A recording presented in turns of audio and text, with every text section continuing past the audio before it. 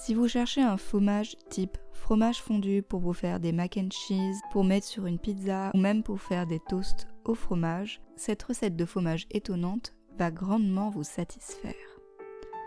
Tout commence avec une courge. Alors moi j'utilise en général de la butternut, mais si vous n'aimez pas son petit goût sucré, vous pouvez utiliser n'importe quelle courge que vous avez. Oui, ce fromage est à base de butternut, mais je vous le promets, ça n'a pas un goût de courge. Et vous pouvez me croire tout simplement parce que je n'aime pas le goût de la courge et j'adore le goût de ce fromage qui a vraiment un goût de fromage et pas un goût de healthy ou quoi que ce soit. Donc on commence par couper notre courge en petits cubes. On aura besoin de 200 g de courge. Quelle que soit la courge que vous utilisez, je vous conseille vraiment d'enlever la peau. Et si vous avez vraiment peur de la courge, je vous promets d'essayer de faire cette recette sans courge. Donc restez dans le coin et vous en verrez probablement une très bientôt.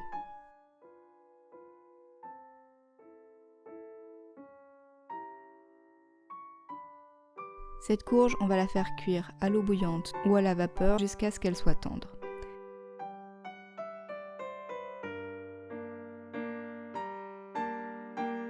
Quand elle est cuite, on la met dans une petite casserole.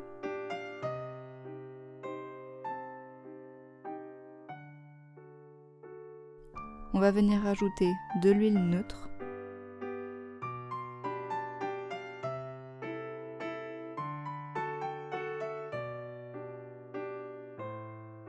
Du lait de soja non sucré.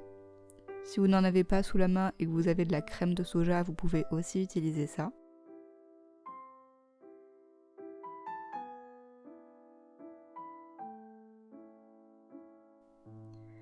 Du vinaigre de cidre, de la coriandre en poudre, ça peut paraître bizarre, mais ayez confiance en moi. Un peu d'ail semoule ou d'ail en poudre. Et une belle quantité de levure maltée. On finit par de la farine de tapioca. Oui, de la farine de tapioca et pas une autre. Vous en trouverez dans toutes les épiceries asiatiques. Et croyez-moi, ça change vraiment la texture, ça n'a rien à voir avec de la maïzena. On rajoute ensuite du miso blond. Donc s'il vous plaît, prenez ce type de miso que vous trouverez également en épicerie asiatique. Et on va venir blender tout ça. Vous pouvez le faire dans un mixeur, mais moi, en général, j'ai la flemme, donc je le fais rapidement au mixeur plongeant.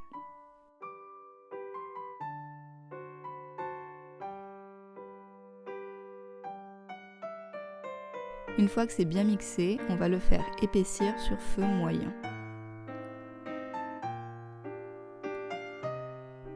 On mélange à la spatule pour bien racler les bords et que ça ne brûle pas. Ce qui est bien avec ce fromage, c'est qu'il prend naturellement une couleur de fromage grâce à la courge.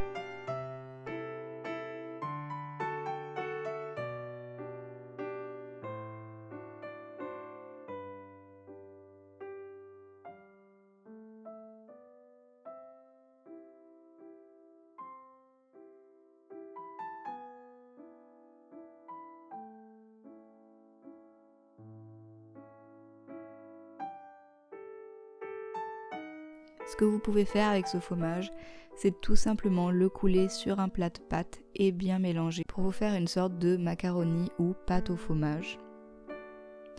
Alors évidemment, ça n'a pas un goût d'emmental ou de gouda, ce n'est pas du tout le but de cette recette. Le but c'est vraiment de trouver quelque chose qui remplace et qui satisfait autant que du fromage. Personnellement, c'est le cas avec cette recette et j'espère vraiment que ça sera le cas aussi pour vous.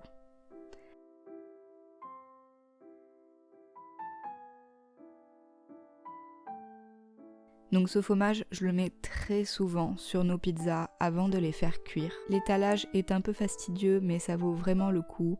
Faites de votre mieux avec votre spatule et tout ira bien. Par-dessus, je mets mes olives. Si vous voulez savoir comment je fais mes pizzas, laissez-moi un commentaire et je ferai de mon mieux pour vous faire une recette.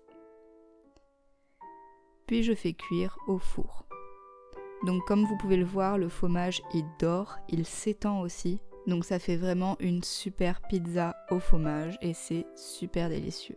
J'espère que cette recette vous a plu et qu'elle vous comblera. Surtout, laissez-moi un petit commentaire si vous l'essayez. La recette avec tous les ingrédients et les instructions se trouve dans la barre d'infos. Restez dans le coin parce que d'autres recettes de fromage arrivent.